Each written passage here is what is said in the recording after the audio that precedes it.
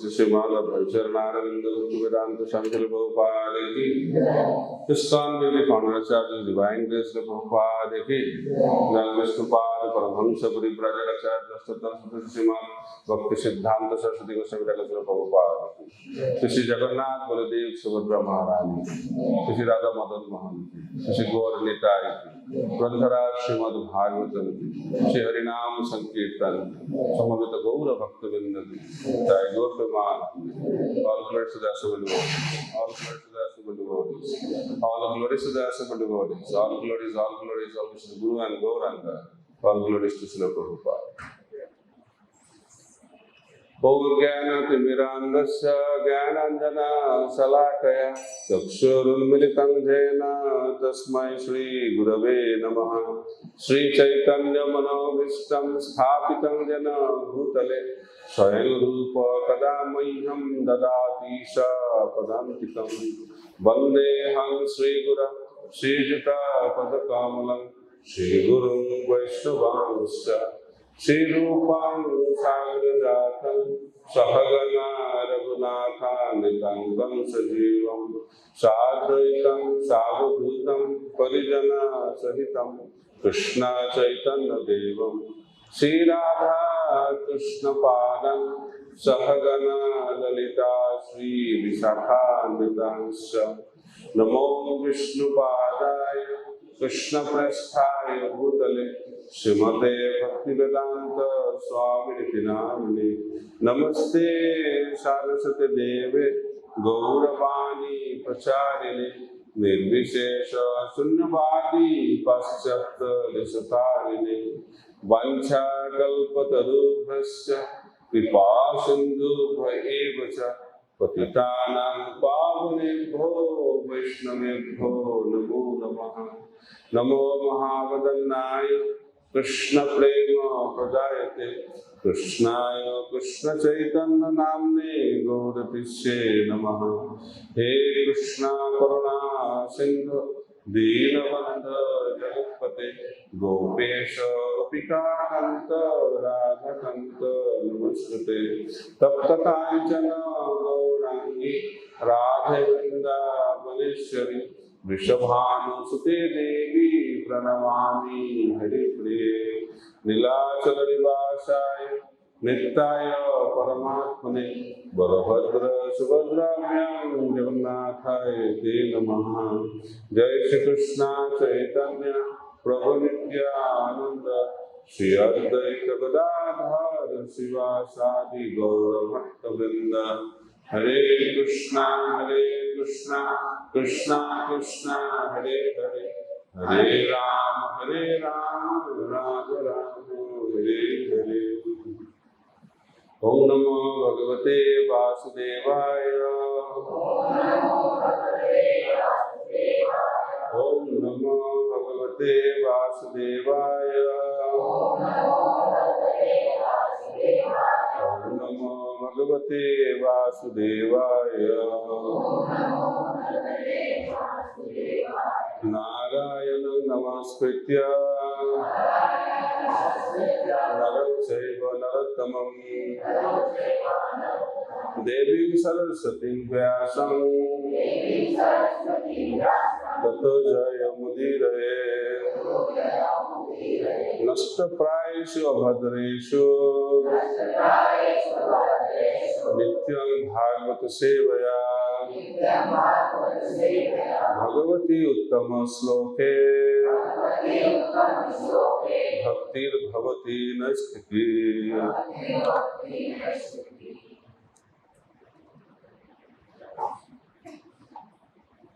तो आज हम श्रीमद् भागवत पहला स्कंद 9वां अध्याय 17 नंबर श्लोक हम लोग श्रवण करेंगे।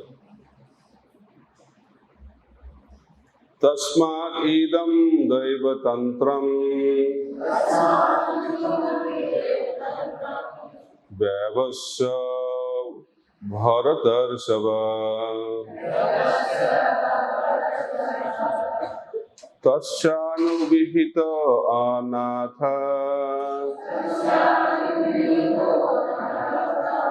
नाथ पाहि प्रजा प्रभो। तस्मात् इदं दैवतन्त्रम् देवस्य भरतर्षभ तस्यानुविहितो नाथ नाथ पाहि प्रजा प्रभो तस्मात् इदं दैवतन्त्रम् देवस्य भरतर्षभ तस्यानुविहितो नाथ नाथ पाहि प्रजा प्रभो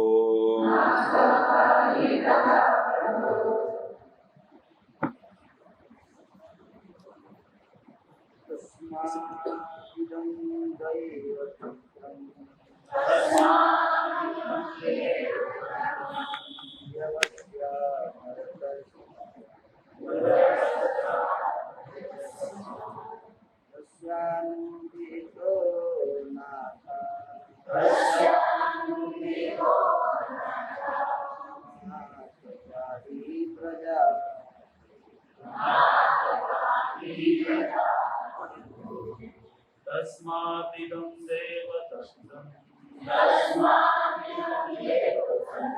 देवस्य भरतवर्षभ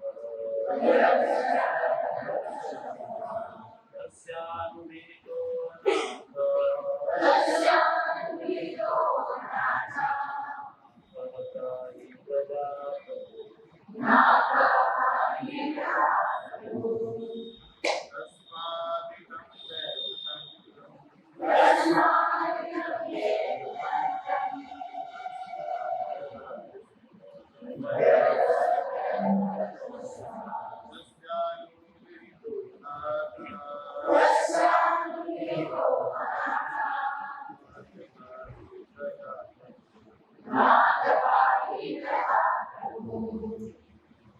माताजी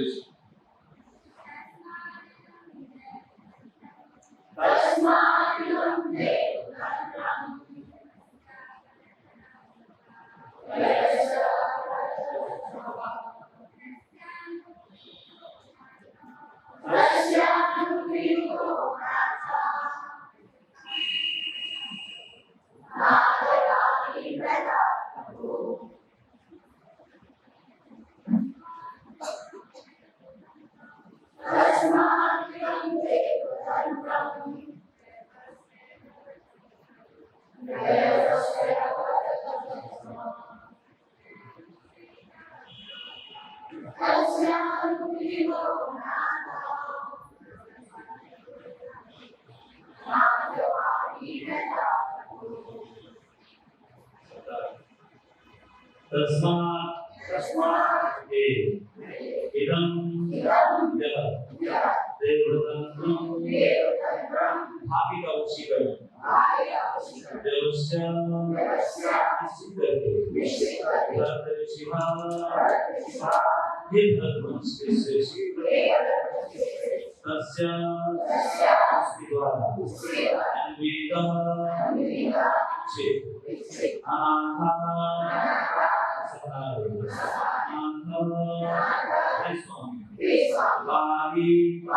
रक्षा करो प्रजा प्रभु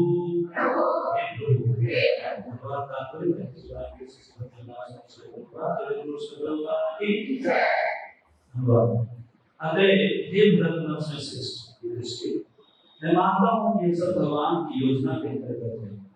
तो भगवान के रचित योजना को स्वीकार करो और उसका पालन करो। अब तुम नियुक्त किए गए शासनाध्यक्ष हो। अतः महाराज आपको और उन लोगों की देखभाल करनी चाहिए जो असहाय हो चुके हैं। एक कहावत है, गृह स्वामी अपने पुत्री को शिक्षा देते हुए पुत्र लोगों को सिखाती है।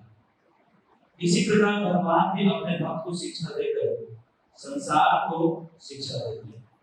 भक्त को भगवान से कुछ नया नहीं सीखना होता, क्योंकि भगवान निष्ठावान भक्त को उसके भीतर से शिक्षा देते हैं।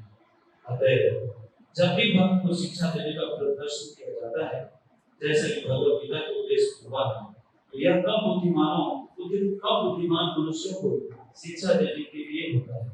अतः भक्त का धर्म है कि वो भगवान द्वारा प्रदत्त विपत्तियों को आशीर्वाद मानकर सहे।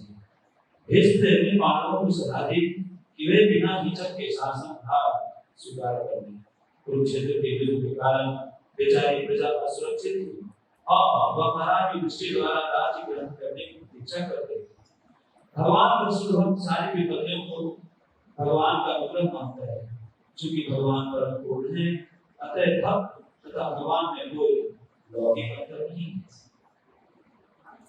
मुखम करोति वाचालं पंगुं लंघयते गिरिं यत्कृपातमहं वन्दे श्रीकृष्णकारिणं परमानंद माधवं श्री चैतन्य ईश्वरम्। हरे कृष्ण।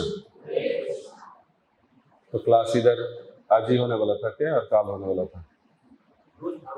नहीं, मेरा आने का इधर आज ही था। ठीक है, हरे कृष्ण। तो हम लोग भागवत से चर्चा कर रहे हैं। तो इधर विश्व पितामह युधिष्ठिर महाराज को उपदेश कर रहे हैं। तो इस श्लोक में विश्व पितामह युधिष्ठिर महाराज को बोल रहे हैं, अब राजा बन जाइए। कोई अंदर कोई डाउट नहीं होना चाहिए, क्योंकि जो कुछ हो रहा है भगवान का जो प्लान है उसके हिसाब से हो रहा है। जो भक्त भगवान के चरण में समर्पित हो जाते हैं पूर्ण रूप से, तो भगवान उस भक्त का पूर्ण रूप से उनका देखभाल करते हैं। भगवान बताते हैं भगवद गीता में, सर्वधर्मान परित्यज्य मामेकं शरणं व्रज अहं त्वां सर्व पापेभ्यो मोक्षयिष्यामि मा शुचः। तो जो भक्त पूर्ण रूप से भगवान के चरण में समर्पित हो जाता है, पूर्ण रूप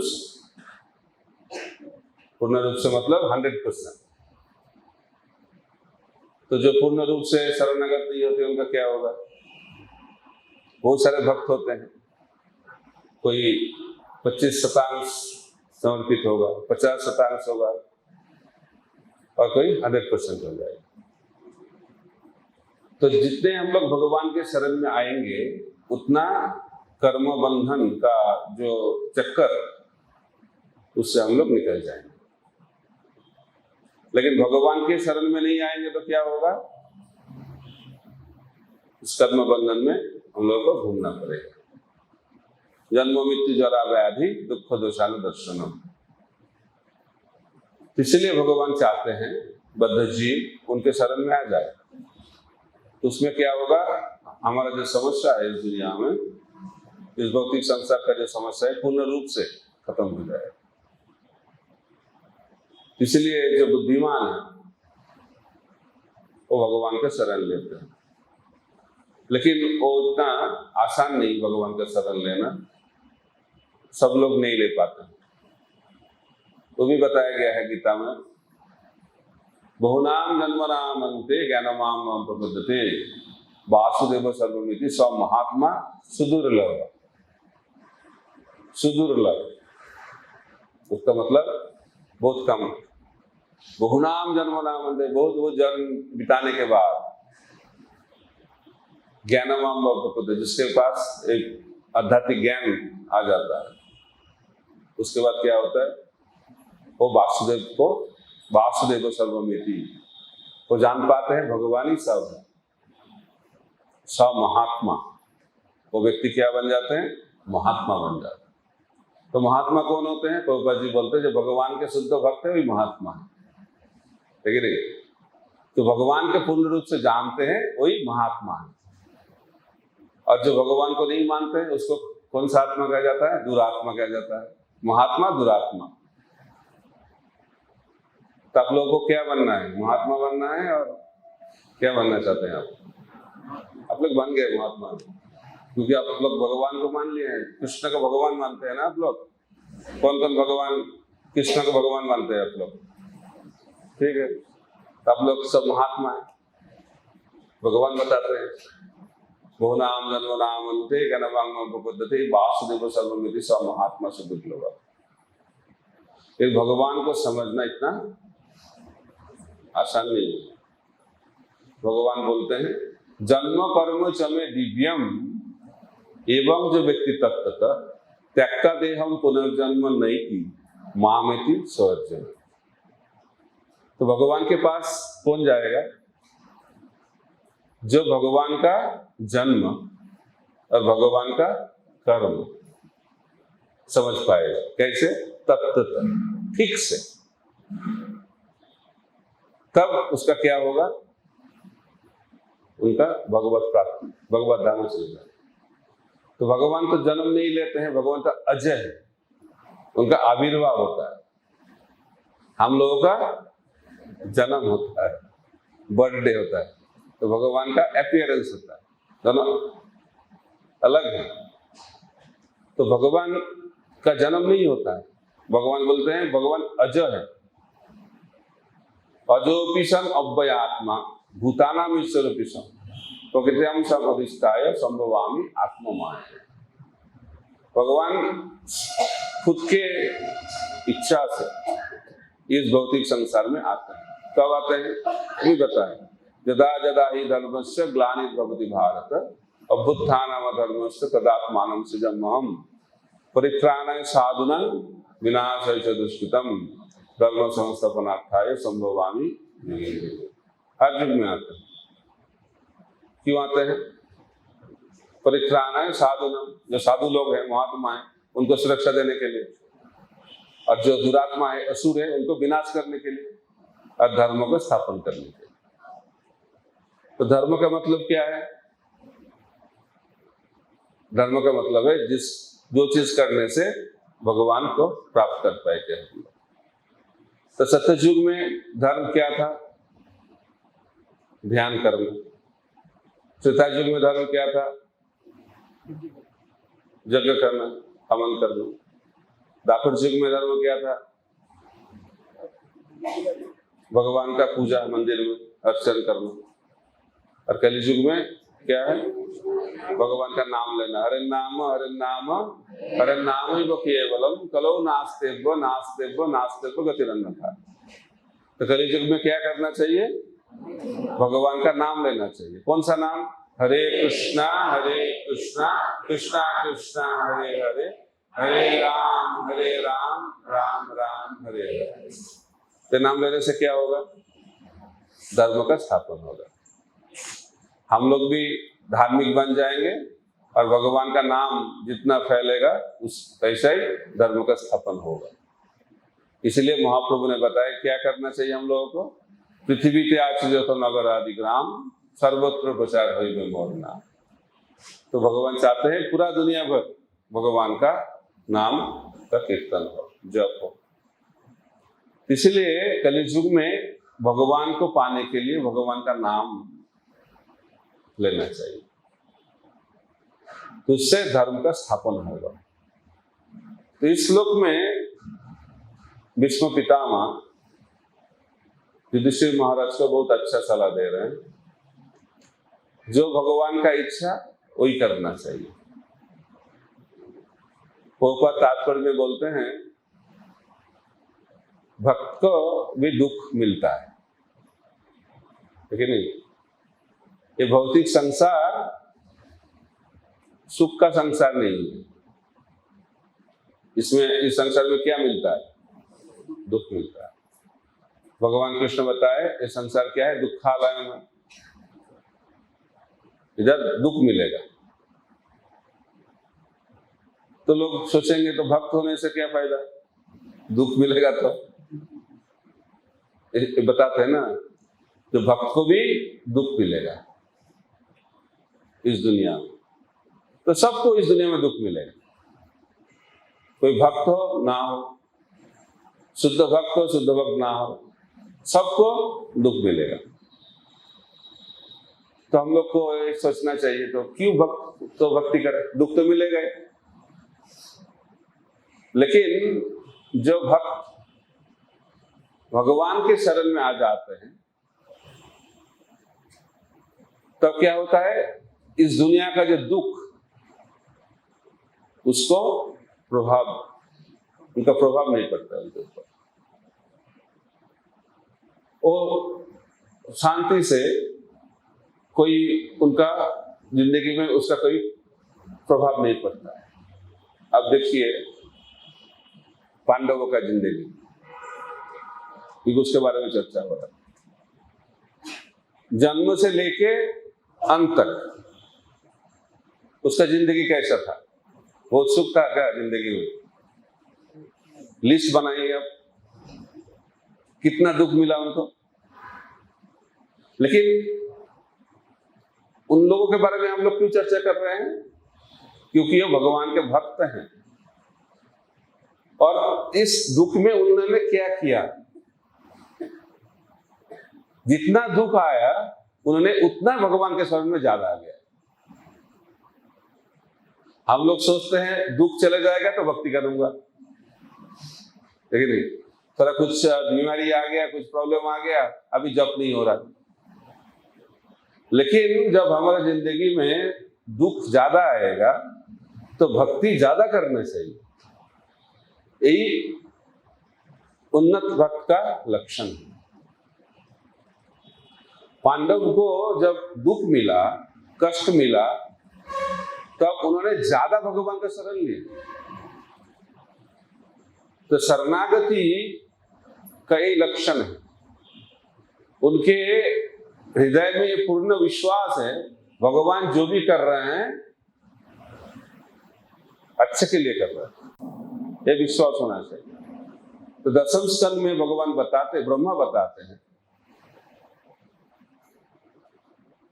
जो प्रतिकूल परिस्थिति में जब जिंदगी में दुख आएगा, कष्ट आएगा, उस समय भगवान को धन्यवाद देंगे और उनका सेवा करते चलेंगे, वही भगवत धाम जा पाएगा। ठीक है, समझ में है? कौन भगवान के पास जाएंगे? जाना चाहते नहीं पूछा, हमने चर्चा किया कौन भगवान के पास जा सकते हैं। तभी मैं पूछूंगा इधर कौन कौन भगवान के पास जाना चाहते हैं? हाथ उठाइए। ना जाना नहीं चाहते क्या? तो टेंशन में आ गया लगता है। तो भगवान के पास जाने के लिए क्या होगा? क्या हम लोगों को मिलेगा? कष्ट मिलेगा कि नहीं मिलेगा? मिलेगा। लेकिन हम लोग सोचते हैं भक्ति करेंगे तो कोई कष्ट नहीं मिलेगा, इसलिए आते हैं ना इधर। आठ तो अर्थार्थी ज्ञानी जिज्ञासु, 4 तरीके का व्यक्ति भगवान के पास आते हैं। तो कलियुग में 8 तो ज्यादा होते हैं, बहुत दुख, कष्ट, क्योंकि स्थिति ऐसा हो गया है, कलियुग है, बहुत कष्ट मिलता है, क्योंकि कलियुग अधर्म का युग है। इधर अधर्म ज्यादा होता है, तो जितना अधर्म होगा उतना ही हम लोगों को क्या मिलेगा? कष्ट मिलेगा, दुख मिलेगा। इसलिए हम लोगों को क्या करना चाहिए? जब दुख मिलेगा तो इस दुख का जो प्रभाव हमारे जिंदगी में पड़ते हैं उससे मुक्त होने के लिए भगवान का शरण लेना पड़ेगा। तो भगवान का शरण कैसे लेंगे कलियुग में? भगवान का नाम का शरण लेना चाहिए। इसीलिए चैतन्य महाप्रभु कलियुग में आके दिखाया कैसे कलियुग में भगवान का आश्रय लेना चाहिए। तो क्या होगा ये बताया गया है, जब हम भगवान के शरण में नहीं आते हैं, भक्ति नहीं करते हैं, तो हमारा जो कर्म है, कर्म के माध्यम से हम लोग का सुख मिलेगा और दुख मिलेगा। जो अच्छा कर्म किया है उसको सुख मिलेगा, जो अच्छा कर्म नहीं किया है उसके लिए दुख मिलेगा। ये कर्म का नियम है कि नहीं? लेकिन जब कोई व्यक्ति भगवान के शरण में आते हैं तो धीरे धीरे जितना उसका शरणागति होगा तो कर्म का जो प्रभाव, उनका जो फल धीरे धीरे नष्ट हो जाएगा। और जब शरणागति 100% हो जाएगा तब भगवान का कर्म का कोई फल उसके ऊपर नहीं आएगा। तो फिर हम लोग पूछेंगे तो शरणागति तो हो गया, फिर भी हम लोगों को दुख क्यों मिलता है? तो भगवान बोलते हैं नाश सर्वधर्मान परित्यज्य मामेकं शरणं व्रज अहं तं सर्व पापेभ्यो मोक्षयिष्यामि मा शुचः। अनुशोचना करने के लिए मना कर रहे हैं भगवान, लेकिन शरणागत होने के बाद भी हम लोग को दुख मिलता है, क्योंकि भगवान अभी दुख देते हैं। जब हम लोग भगवान के शरण में नहीं आते हैं तो कर्म के माध्यम से दुख मिलता है, और जब कोई भक्त भगवान के शरण में आते हैं भगवान उनको दुख देते हैं। क्यों? ऐसा क्या सिस्टम है? तो भगवान बोलते हैं भागवत में, जो मेरे सबसे प्रिय भक्त हैं उसको मैं कैसे डील करता हूं, जो उनके सब कुछ है उनको मैं छीन लेता हूं। तो इस भगवान के पास कोई आएगा क्या? तो हम लोग जाते हैं भगवान के पास, ये दीजिए वो दीजिए, ये लोग मांगते हैं ना, और भगवान बोल रहे जो मेरे बहुत प्रिय बन जाते हैं उनके पास जो कुछ है मैं छीन लेता हूं। ये भगवान अच्छा करते हैं क्या बुरा करते हैं? ये चीज इसको आपको जानना चाहिए ठीक से। भगवान चाहते हैं हम लोग पूर्ण रूप से शुद्ध भक्त बन जाए, इसके लिए जो जरूरी है भगवान करते हैं। हमारा क्या है, इस दुनिया में बहुत चीजों से हम लोग का आसक्ति है कि नहीं, और आसक्ति के कारण इस दुनिया में हम लोग रहते हैं। तो शुद्ध भक्त का मतलब क्या है? जब हमारा आसक्ति पूर्ण रूप से चला जाएगा, शून्य हो जाएगा, पूर्ण रूप से अनासक्त बन जाएंगे। तो लेकिन हमारा स्थिति जब अच्छा होता है ना, सब कुछ अच्छा चल रहा है, तो हम लोग आसक्त हो जाते हैं, अच्छा लगता है। तो लोग सोचते हैं भगवान ने बताया दुखालय में, तो दुखालय में नहीं है तो अच्छा लग रहा है। तो भगवान ओ अच्छा लग रहा है, ठीक है मैं दिखाता हूं आपको कैसा अच्छा लगता है, तब देता है कि नहीं? क्योंकि यही इस भौतिक संसार का नियम है, जब चीज अच्छा चलता है तब हम लोग भगवान को भूल जाते हैं। ये भगवान भी जानते हैं। तो भगवान नहीं चाहते हैं भक्त लोग उनको भूल जाए, और उनका जो आसक्ति है इस भौतिक संसार में वो आसक्ति छूट जाए। तो उसको छुटाने के लिए क्या करना पड़ेगा? कष्ट देना पड़ेगा। तो कष्ट जब देते हैं तब हमारा जो सूक्ष्म रूप से जो आसक्ति है तब वो भी चला जाता है। हमारा आसक्ति क्या क्या है? बहुत सारा आसक्ति है। कितने आसक्ति है? कितने? बहुत सारे। तो लेकिन भक्ति सिद्धांत सरस्वती ठाकुर प्रभुपाद बताते हैं वैष्णव कौन है। तो सुंदर एक बांग्ला श्लोकों में बताया, कनको कामिनी प्रतिष्ठा वागिनी छाड़िया से जे सही तो वैष्णव। वैष्णव होने के लिए तीन चीज को छोड़ना है, जस्ट तीनों चीज। कनक, कनक का मतलब क्या है? सोना, पैसा। दूसरा कामिनी, सुंदर स्त्री और सुंदर पुरुष। और तीसरा प्रतिष्ठा, लाभ, पूजा, पूजा पाने का जो इच्छा।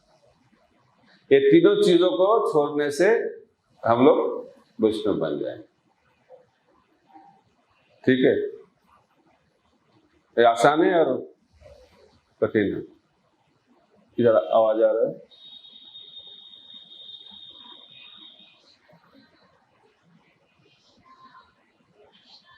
इसका आवाज आ रहा है? लाइट से इन्वर्टर। मोबाइल फोन थोड़ा साइलेंट में रखिए। तो हम लोग क्या चर्चा कर रहे थे? वैष्णव बनने के लिए तीन चीज को छोड़ना है। आप लोग रेडी हैं? आसान है और कठिन है छोड़ना? छोड़ना मतलब बाहरी दृष्टि से नहीं, अंदर से छोड़ना। जिसके पास नहीं है वो तो बोला मेरे को नहीं चाहिए। तो रिजर्व बैंक ऑफ इंडिया में जितने पैसा है मैंने उनको छोड़ दिया। कब आपको था क्या? भी ऐसा छोड़ना नहीं, अंदर से छोड़ना चाहिए, आसक्ति को छोड़ना चाहिए।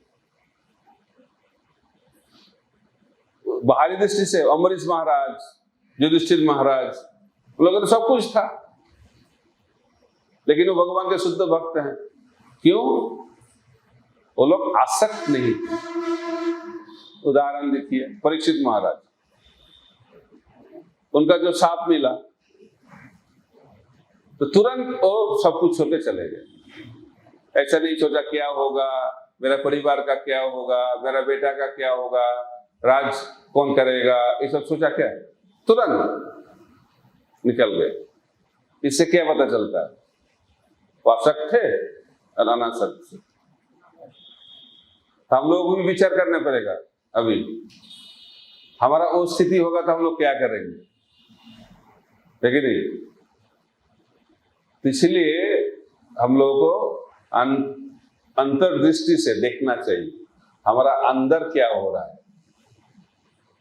भक्ति का मतलब परिवर्तन, है कि नहीं? लेकिन हम लोग भक्ति में आते हैं, बाहरी परिवर्तन बहुत हो जाता है। नाम का परिवर्तन हो जाता है, दीक्षा के बाद नाम बदल गया, ड्रेस भी बदल जाता है, और कोई कोई लोग उनका एड्रेस भी बदल देते हैं, अलग अलग जगह चले जाते हैं। सब कुछ बदलते हैं, लेकिन अंदर नहीं बदलेगा तो भक्त कैसे बनेंगे? तो प्रभुपाद जी बताते हैं भक्ति का मतलब हृदय का परिवर्तन होना चाहिए। इसलिए हम लोग को क्या करना चाहिए? हृदय का परिवर्तन कैसे होगा? इसलिए हम लोग को सुनना चाहिए, श्रवण। नित्य सिद्ध कृष्ण प्रेम साध्य को बुनाए, श्रवणादि शुद्ध चित्ते करो उदय। हमारा अंदर जो आसक्ति है वो आसक्ति कैसे जाएगा? जब हम लोग भगवान के बारे में सुनेंगे। सत्संग का मतलब साधु के मुख से भगवान के बारे में सुनना चाहिए। कैसे सुनना चाहिए? कैसे सुनना चाहिए? प्रभुपाद जी बोलते हैं ध्यान से सुनना चाहिए। ध्यान का मतलब कथा में आया सो गए ऐसा ध्यान नहीं, ठीक है? कलियुग में हम लोग जब आंख बंद करते हैं तो हम लोग सो जाते हैं, इसलिए ध्यान जो कलियुग में है नहीं, इसलिए कलियुग में हम लोग नाम करते हैं, क्योंकि ध्यान से हम लोग का नहीं होगा। प्रभुपाद जी के आके एक वक्त एक आदमी ने बताया, प्रभुपाद जी मैं अभी ध्यान किया, वो 1 घंटा 2 घंटा ध्यान किया, उसके बाद बहुत अच्छा लग रहा है, फ्रेश लग रहा है। प्रभुपाद जी बोले तो फ्रेश लगेगा? इतना अच्छा नींद हुआ तो फ्रेश नहीं लगेगा क्या? तो हम लोग ध्यान करेंगे तो सो जाएंगे। हम लोग जानते हैं जब जप करते हैं, जब करते करते पता ही नहीं चलता है, सो जाते हैं, है कि नहीं? और भागवत कथा में हम लोग सो जाते हैं। तो लेकिन भागवत कथा में सो जाने से भी उसका फल है, इसलिए आपको सोना नहीं चाहिए। लेकिन साधु के पास आके भागवत कथा हो रहा है, उसके भागवत कथा में सो जाने से भी, नींद आने से भी उसका कुछ फल मिलेगा। सुनना चाहते हैं कैसा फल मिलेगा आपको? लेकिन सोना मत, हाँ ध्यान से सुनना। एक श्रोता थे, तो एक साधु आए उधर, भगवत कथा हरि कथा हो रहा था, हर रोज होता था, तो आके सामने बैठेंगे। जो सामने बैठते हैं तो जो बोलते हैं वो आशा करते हैं अच्छे से सुनेगा, जो सामने बैठा है ना। लेकिन वो थोड़ा स्पेशल श्रोता था, तो सामने आके बैठते थे, और जब कथा चालू होता था और उनका भी चालू होता था, कथा समाप्त होते थे उनका भी समाप्त। ठीक है, समझ में आ गया? कितने दिन हुआ ये सब चीज? हर रोज, 1 दिन नहीं, 2 दिन नहीं, 3 दिन नहीं, हर रोज होता था। तो जो वक्ता थे, जो साधु कथा कर रहे थे, वो थोड़ा फेडअप हो गए और इतने दिन से कथा में आ रहे हैं लेकिन कुछ सुना नहीं। कैसे सुनेगा, सो रहे थे। लेकिन उन्होंने 3 सेंटेंस बहुत बार सुना,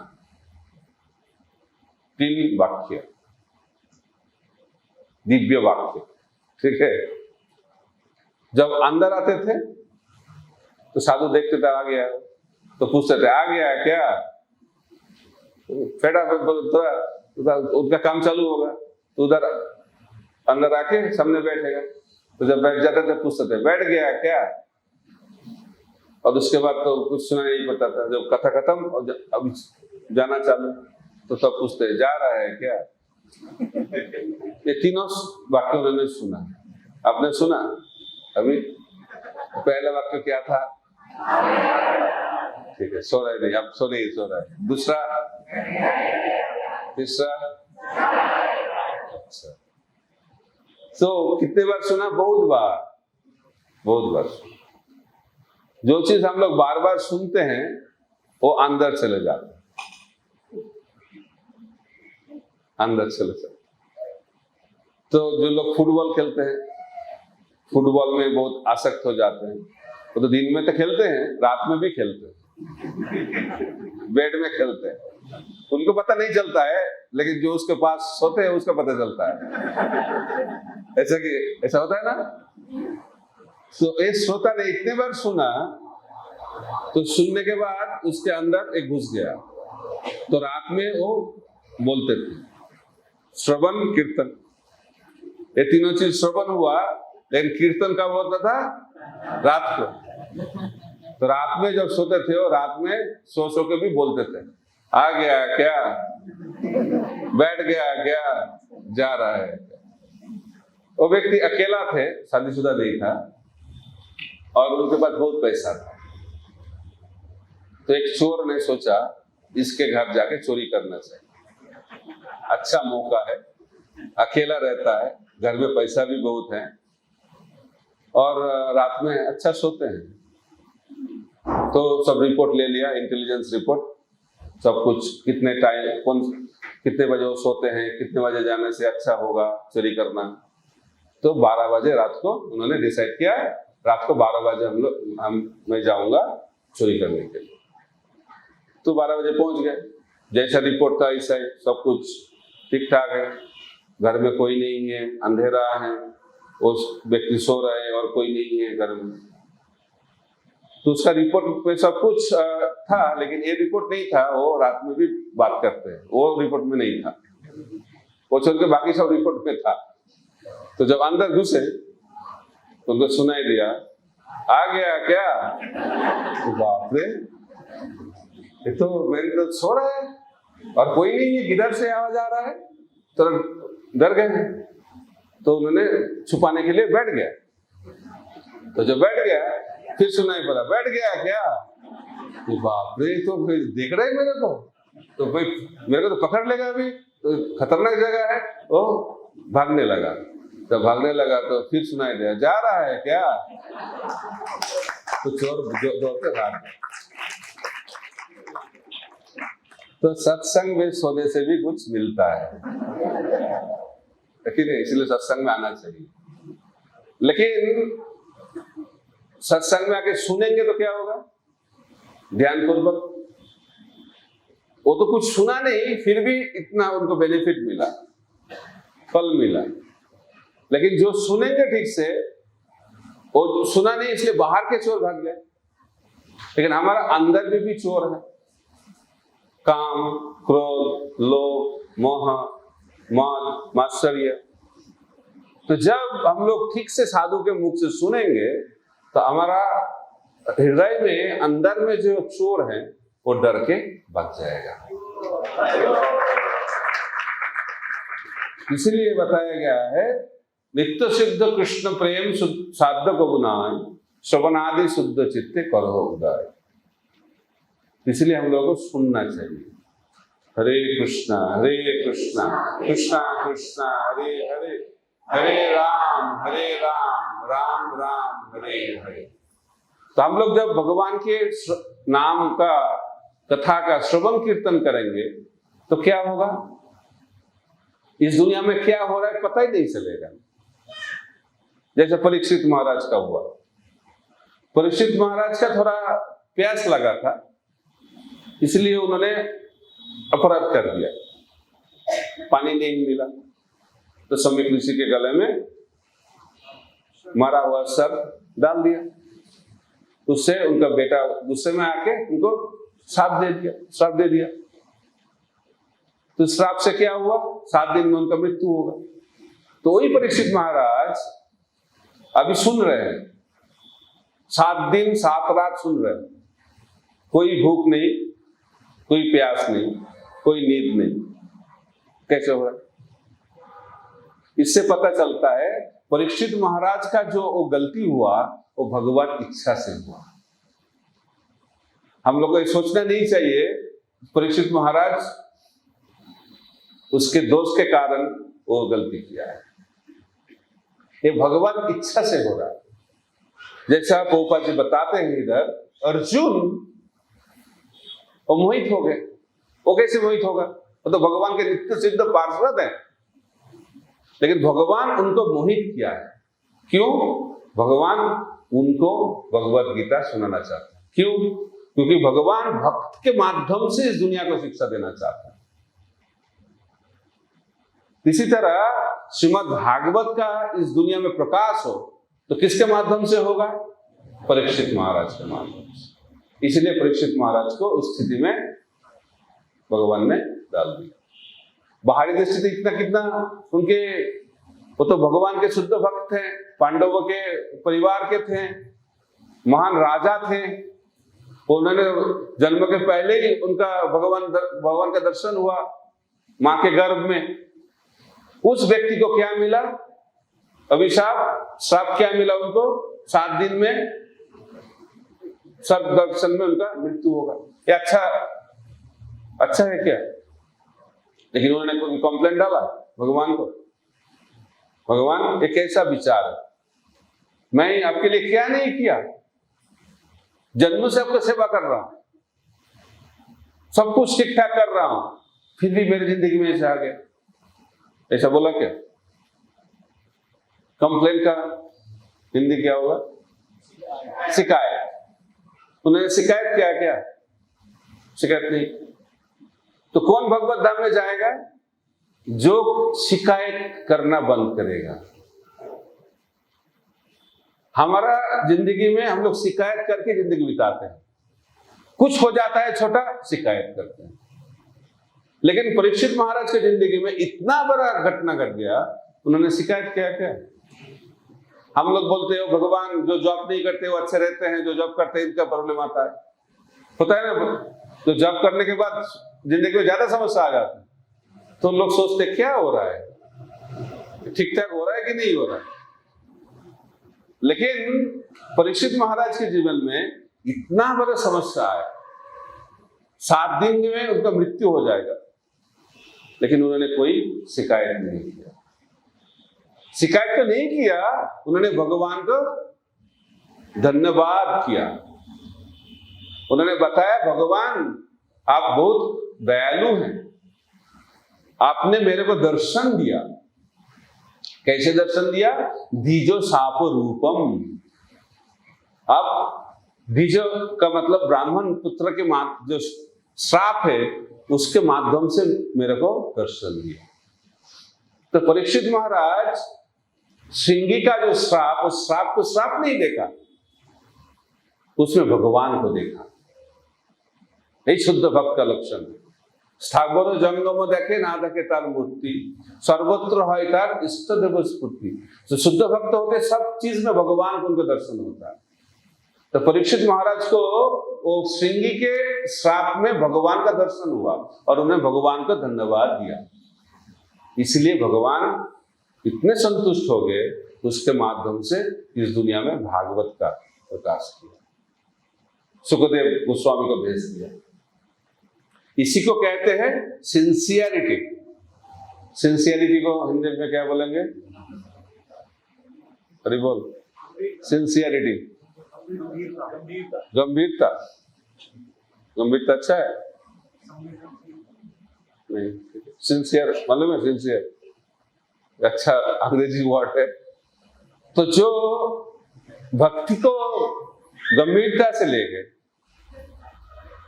उसको भगवान कृपा करते हैं। कोई भक्त सिंसियर है कैसे पता चलेगा? हम लोग भगवान का कृपा पाना चाहते हैं ना, भगवान कृपा कीजिए कृपा कीजिए, लेकिन कृपा पाने के लिए हम लोग को क्या होना चाहिए? हम लोग को सिंसियर होना चाहिए। सिंसियर का मतलब क्या है? भगवान के लिए 100% देना है। जो व्यक्ति भगवान के सेवा के लिए 100% देगा वही भगवान का कृपा के पात्र है। ठीक है, उदाहरण जसोदा मैया। जसोदा मैया ने भगवान को बांधने के लिए कोशिश चालू किया कब? सुबह। उनको बांध पाया कब? शाम को। पूरा दिन मेहनत की।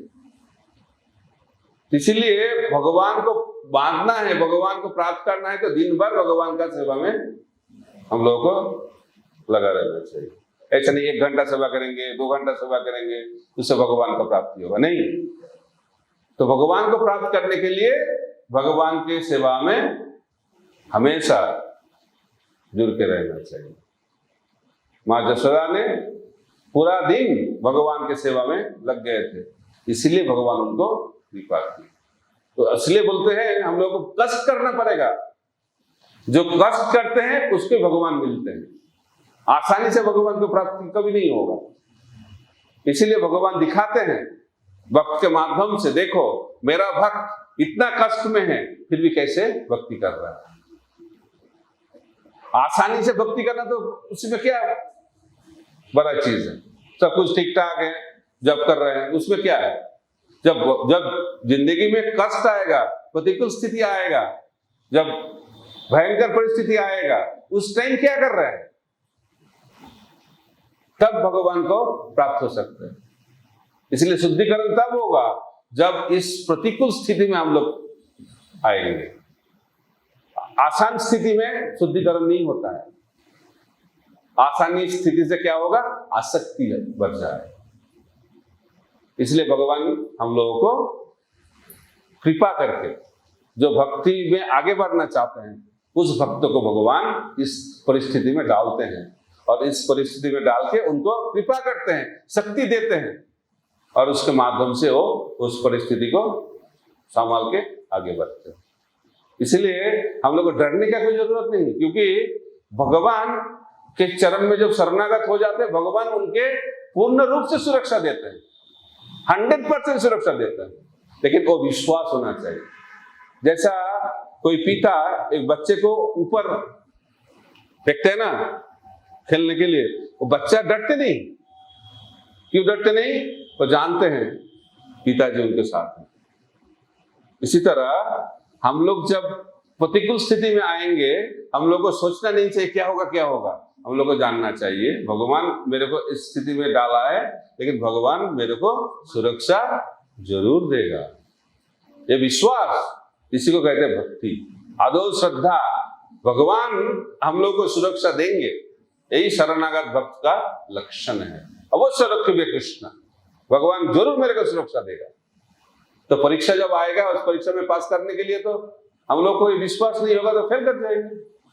परीक्षित महाराज पास हो गए, इसलिए उनको श्रीमद् भागवत मिल गया, सुखदेव गोस्वामी मिल गया। तो हम लोगों को भी इस परीक्षा के लिए प्रस्तुत रहना चाहिए। तो जब परीक्षा आएगा तो क्या करना चाहिए? डर जाना चाहिए? प्रभुपाद जी बोलते हैं जब विपद आएगा, जब प्रतिकूल परिस्थिति आएगा तो क्या करना चाहिए? भगवान का शरण लेना चाहिए। कैसे शरण लेंगे? हरे कृष्णा कृष्णा कृष्णा हरे हरे, हरे राम राम राम। द्रौपदी ने जब उसका वस्त्रहरण हो रही थी, उन्होंने क्या किया? उन्होंने क्या की? डर के उन्होंने क्या किया? भगवान का नाम लिया, हे गोविंद, हे केशव, हे कृष्ण, मेरे को रक्षा कीजिए। तो जब पूर्ण रूप से शरणागत हो गए तो भगवान तुरंत उधर आ गए। सुरक्षा देने के लिए। तो जब हम लोग पूर्ण रूप से भगवान के चरण में शरणागत हो जाएंगे, भगवान हमारे साथ रहेंगे। वो चीज तो हुआ द्वापर युग में, सत्य युग में प्रहलाद महाराज का हुआ, त्रेता युग में रामचंद्र भगवान सुरक्षा दे भक्त को, कलि युग में चैतन्य महाप्रभु नाम के माध्यम से हम लोगों को सुरक्षा देंगे। इसलिए हम लोग को नाम के ऊपर पूर्ण श्रद्धा और विश्वास होना चाहिए। तब क्या होगा, हर स्थिति में हम लोग निर्भीक रहेंगे, निश्चिंत रहेंगे, क्योंकि हम लोग जानते हैं भगवान हम लोगों को सुरक्षा देंगे। हरे कृष्णा कृष्णा कृष्णा हरे हरे, हरे राम राम राम हरे हरे। तो कोई प्रश्न है तो पूछ सकते हैं।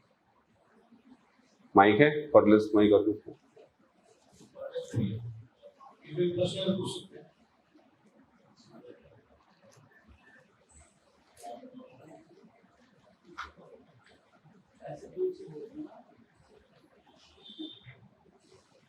मेरा ये प्रश्न है कि हमने पिछले जन्म में जैसे कर्म गंदे किए, तो फिर हमें दूसरे जन्म में ही क्या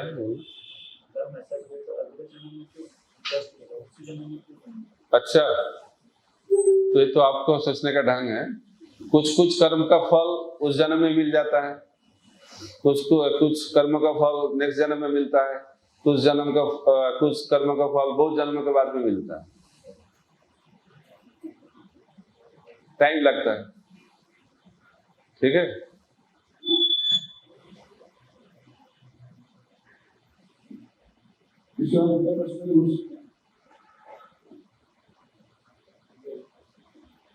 बोलिए।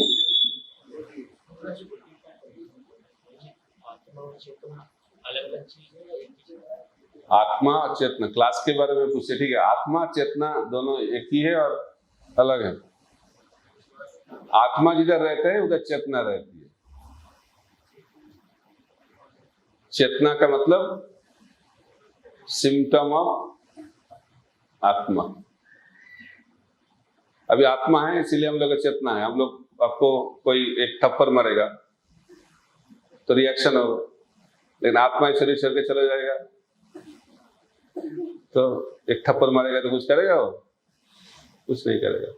तो आत्मा जिधर रहता है उसमें उधर चेतना रहता है। यस मतलब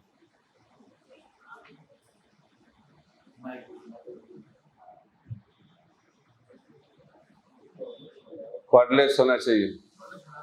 खराब हो गया, ठीक है।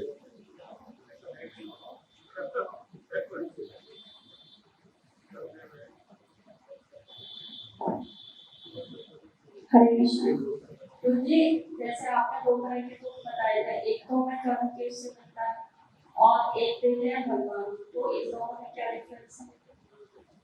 जो कर्म के माध्यम से मिलता है उसको हमें अपने कर्म के माध्यम से मिला, एक जब हम भगवान की शरणागति लेते हैं तो हमें कष्ट आते हैं, तो इन दोनों में क्या डिफरेंस है? डिफरेंस जो कर्म के माध्यम से मिलता है उसमें हम लोग दुखी हो जाते हैं, कर्म बंधन में फंस जाते हैं, और जो भगवान दुख देते हैं उसके माध्यम से हम लोग भक्ति में आगे बढ़ते हैं, शुद्धिकरण होता है। ठीक है ना? कौन सा अच्छा है? विश्वास हो रहा है? फिर भी वो सोचते क्यों देते हैं। तो हम लोग को जानना चाहिए भगवान जो जरूरत है वो करेंगे। भक्ति में आने के बाद भी तो वही मिलते हैं ना जो हमें कर्मों से हम लोग पहले जो कुछ गलत कर चुके हैं। हाँ, भक्ति जो हम लोग जब भक्त मानते हैं, भक्त का तो डिफरेंट लेवल होता है। जो 50% शरणागत होए उनका क्या होगा, 50% कर्म का फल तो मिलेगा, ठीक है नहीं? तो कम हो जाता है। प्रभुपाद जी बोलते हैं जो भक्त बन जाते हैं कर्म का फल कम हो जाता है। एक बार प्रभुपाद जी का हाथ कट गया था, उंगली कट गया था। उन्होंने बोला भगवान मेरे को बचा दिया क्योंकि मेरा गला कट जाने का था, लेकिन अभी थोड़ा सा हुआ। तो जो भक्त बन जाते हैं कर्म का फल बहुत कम हो जाता है, लेकिन कुछ तो रहेगा। और जब 100% शरणागत हो जाएंगे तो भगवान भी देंगे, चलता रहेगा। जब तक इस दुनिया में रहेंगे, इस भौतिक शरीर में रहेंगे, ये चलता रहेगा। इसलिए उसके बारे में चिंतन करना नहीं चाहिए। भगवान का चिंतन करिए तो सब दुख चले जाएंगे। ठीक है।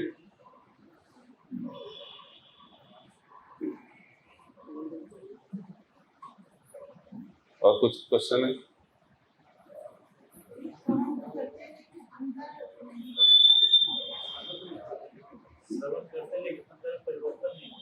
ठीक है, श्रवण करते हैं लेकिन अंदर का परिवर्तन नहीं हो रहा है, तो इसका मतलब कुछ अंदर नहीं जा रहा है। तो इसलिए अंदर डालना पड़ेगा ना। इसलिए प्रभुपाद जी बोलते हैं ध्यान से सुनना चाहिए, ध्यान से सुनना चाहिए। जब ठीक से सुनेंगे तब अंदर जाएगा, जब अंदर जाएगा तब काम होगा। बाहरी से तो सफाई नहीं हो सकता है ना। तो हमारा जो अंदर का समस्या है उसको समाधान करने के लिए तो जो धनी है भगवान का जो कथा और भगवान का नाम, उसको अंदर डालना पड़ेगा। इसलिए ध्यान से सुनना चाहिए, तब काम होगा।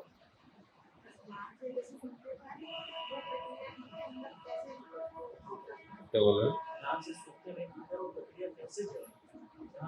बोलिए बोलिए, सबको सुनना पड़ेगा। जैसे ध्यान से तो मैं सुनती हूँ, लेकिन अंदर कैसे ऑब्जर्व करूँ वो प्रक्रिया मेरे को नहीं मतलब आ पाती कि भूल भी जाती हूँ। जैसे सुना और फिर भूल गई। तो सुनने एक है, भूल जा रहा है, इसका मतलब ये नहीं कोई काम नहीं हो रहा है। ठीक है। तो इसलिए हम लोगों को ये सोचना नहीं चाहिए काम हो रहा है इसका मतलब मेमोरी से ट्रांसफॉर्मेशन नहीं होता है। तो हम लोग सब कुछ याद है, इसका मतलब ये नहीं अंदर परिवर्तन हो गया, तो इधर चल रहा है। ठीक है। तो लेकिन भूल जाने से भी हम लोग जब आके सुनेंगे, सुनने के बाद भूल जाने से भी वो अंदर जाएगा तो परिवर्तन होगा। लेकिन सुनने के बाद सब कुछ याद है लेकिन अंदर नहीं जा रहा है, परिवर्तन नहीं होगा। बहुत सारे लोग 18 श्लोक बोल देंगे भागवत का, अंदर कुछ है नहीं। मुझे तो याद ही नहीं होते, जो भी याद नहीं होते। ठीक है, याद करने की कोशिश कीजिए लेकिन अंदर भेजने का ज्यादा कोशिश कीजिएगा। ठीक है। हरे कृष्ण।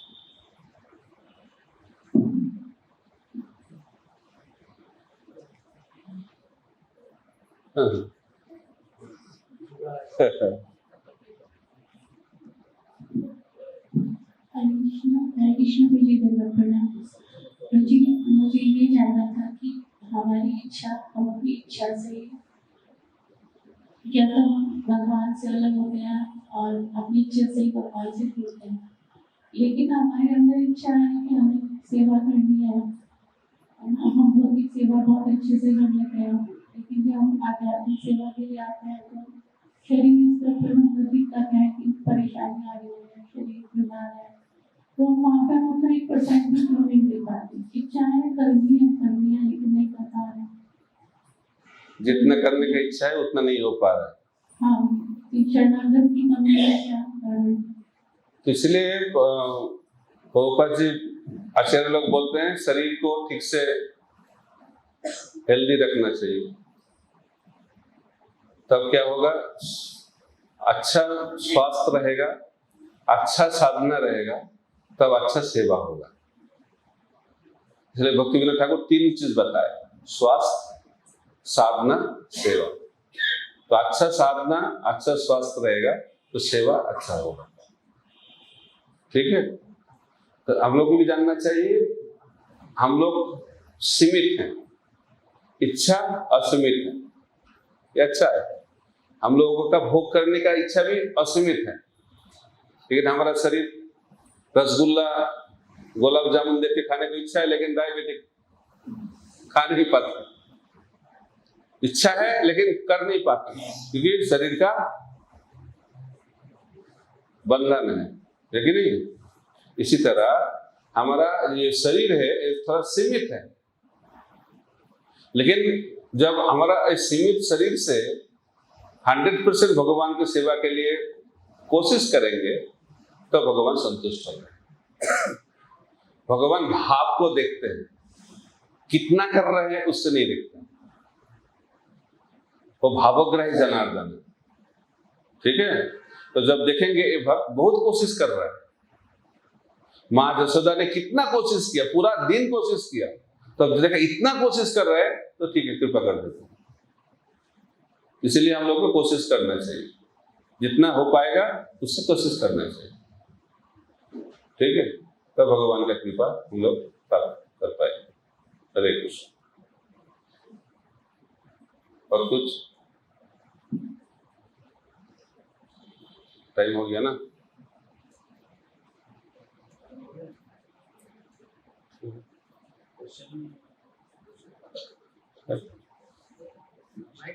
मैं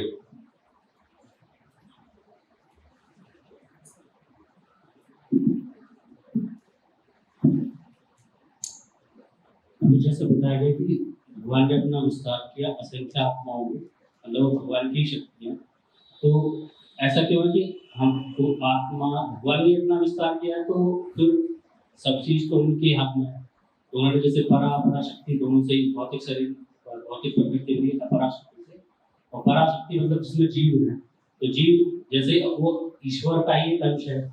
तो फिर जब सब कुछ उनके कंट्रोल में, तो ऐसा क्यों है कि हम भौतिक प्रकृति के जो संपर्क में आते हैं तो हम उनसे अलग हो? ऐसा क्यों कि हम उनसे अलग हो? हम लोग को भगवान पूर्ण रूप से स्वाधीन है, स्वतंत्र है, लेकिन हम लोग भी स्वतंत्र हैं क्योंकि हम भगवान का अंश है कि नहीं? भगवान का एक गुण है, भगवान पूर्ण रूप से स्वतंत्र है। आत्मा भगवान के अंश है, तो उसके अंदर भी स्वतंत्रता रहेगा कि नहीं रहेगा? तो सब एक हो जाएगा तो इंडिविजुअल कैसे रहेगा? स्वतंत्र इच्छा नहीं रहेगा तो सृष्टि विनाश हो जाएगा। तो हम लोग सब स्वतंत्र हैं, भगवान स्वतंत्र हैं, भगवान का अवतार स्वतंत्र हैं, हम लोग भी स्वतंत्र हैं। तो जब स्वतंत्र भाव को ठीक से हम लोग उपयोग करेंगे तो भगवान का सेवा करेंगे, और वो स्वतंत्र भाव को जो दुरुपयोग करेंगे तो इधर रहेंगे। इस देश में कानून है, कोई नागरिक उस देश का कानून को मानना चाहते हैं तो अच्छा रहेंगे, और कानून को तोड़ना चाहते हैं तो जेल में रहेंगे। इसमें सरकार का क्या प्रॉब्लम? स्वतंत्र इच्छा सब जगह है, स्वतंत्र इच्छा तो रहेगा। ये स्वतंत्र इच्छा नहीं रहेगा तो सब कुछ क्या होगा? खत्म हो जाएगा। ये सृष्टि का फंडामेंटल क्वालिटी है स्वतंत्रता, ठीक है? हरे कृष्ण।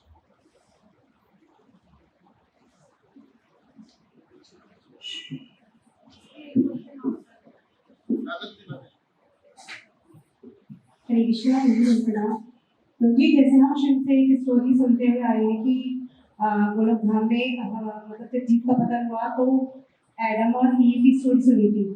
तो उसमें बताया जाता है कि जब राक्षस जो था तो राक्षस ने बुलाया और बोला कि मतलब अगर कुछ इस पेड़ का फल खा लोगे तो तुम्हारा पतन हो जाएगा। तो मुझे ये बात समझ में आई आज तक भी कि गोलोकधाम में राक्षस का क्या काम, वो किस टाइप का राक्षस था तो गोलोकधाम पहुंच गया। इधर लिखा है ऐसा, और ये हमारा फेथ में नहीं है, वो अलग फेथ में बताते हैं ऐसा, तो बोलना नहीं चाहिए, ठीक है? तो हम लोग इधर क्यों आए? हमारा स्वतंत्र इच्छा है। जब हमारे अंदर इच्छा होता है नहीं भोग करना चाहिए, भगवान का सेवा इतना करें, भगवान इतना भोग कर रहे हैं, मैं क्यों नहीं करूंगा? उनके साथ इतने गोपियां हैं, मेरे साथ कोई नहीं, इच्छा होता है। तो जब वो स्वतंत्र इच्छा हो जाता है तो भगवान बोले ठीक है, आपके लिए अरेंजमेंट किया गया है, भौतिक संसार में चले जाओ। इसमें भगवान का क्या दोष? ये दोष है? आपका प्रश्न क्या है?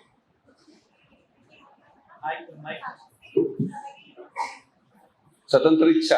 हाँ, हमारी तो स्वतंत्र इच्छा है कि हमने अपना पतन अपनी इच्छा से ही किया है, लेकिन वही जैसे वो स्टोरी के माध्यम से पूछना चाह रही थी, तो वो स्टोरी हमारे शास्त्र में नहीं है। हरे कृष्ण। ये भी तो कोई क्या प्रॉब्लम है? तो कर्म का फल आते हैं तो कर्म तो भोगना पड़ेगा ना।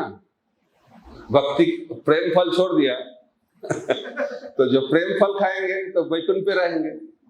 तो सोचा एक ही फल खाने में मजा नहीं आ रहा है, थोड़ा प्रेम फल छोड़ के अभी कर्म फल खाने की इच्छा हो गया, तो फल खाओगे किधर आओगे? हो गया खत्म। ठीक है। हरे कृष्ण गुरु जी, मेरा भी इसी टाइप का क्वेश्चन है कि जब हम गोलोक वृंदावन में होते हैं तो वहाँ पर असीम आनंद प्राप्त होता है, भगवान के सानिध्य में रहते हैं, तो हमारी ऐसी इच्छा क्यों होती है कि हम इस भौतिक संसार में आए? मैंने तो बताया ये स्वतंत्रता है।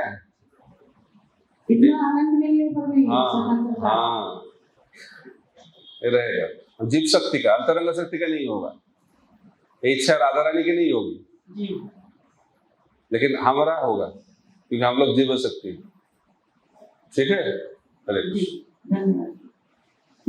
हरे कृष्ण प्रभु जी मेरा एक क्वेश्चन है, जैसे आपने भी बताया था कि इंसान में भाव होने चाहिए, भाव होते हैं तो भगवान उनको मतलब दया करते हैं उनपे। तो प्रभु जी मान लीजिए कोई व्यक्ति भोग लगा रहा है, उसका भाव है कि मैं भगवान को भोग लगाऊं और भगवान उसको ग्रहण करें, लेकिन उसके पास तुलसी दल नहीं है, तो इस ये क्या होगा? इसलिए क्या नहीं है?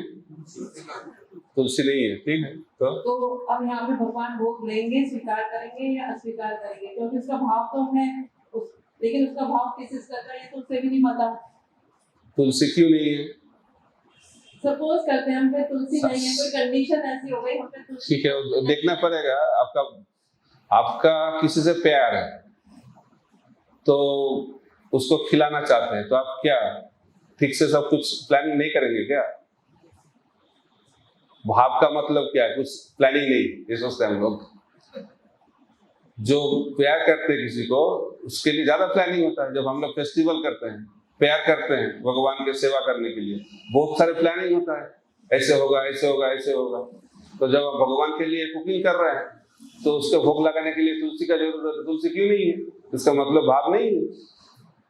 नहीं प्रभु जी, जैसे मेरे फादर मदर हैं, उनके यहाँ बाल गोपाल हैं, वो डेली भोग लगाते हैं, मतलब खाने का नहीं, दूध है, फल है, इन चीजों का भोग लगाते हैं। लेकिन जैसे वो है ना, तुलसी पत्र नहीं रखते हैं, तो लेकिन डेली का काम है कि वो जो कुछ भी लाएंगे पहले भगवान को भोग लगाते हैं।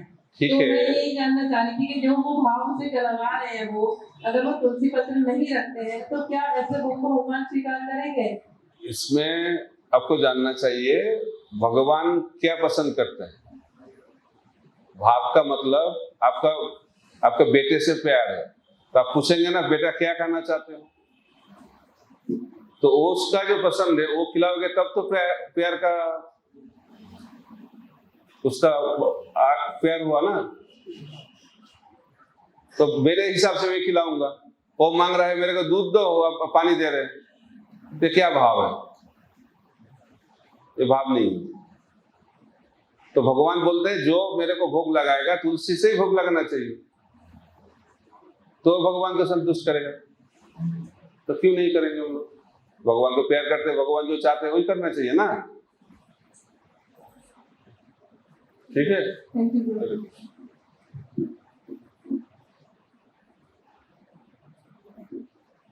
जैसे आपने बताया था कि भगवान को तत्व से समझना चाहिए, तो इसको कैसे समझ सकते हैं? तत्व से कैसे?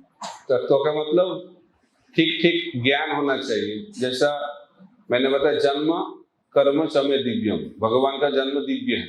उसका मतलब क्या है ये जानना चाहिए। हम लोग सोचते हैं भगवान का जन्म हुआ, तो कैसे जन्म हुआ, कैसे होता है? माया, आत्मा में वो भगवान के जोग माया के माध्यम से आते हैं, महामाया के माध्यम से नहीं आते हैं। भगवान का जो स्वरूप है वो नित्य है, उसका जन्म नहीं होता है, उनका मृत्यु नहीं होता। ये सब तत्व ज्ञान है। ये सब नहीं जानेंगे तो क्या होगा, हम लोग भगवान को प्राप्त नहीं कर पाएंगे। इसलिए जन्म कर्म च मे दिव्यम जानना चाहिए ठीक से, शास्त्र के माध्यम से, गुरु के माध्यम से, गुरु के माध्यम से, साधु के माध्यम से। ठीक है।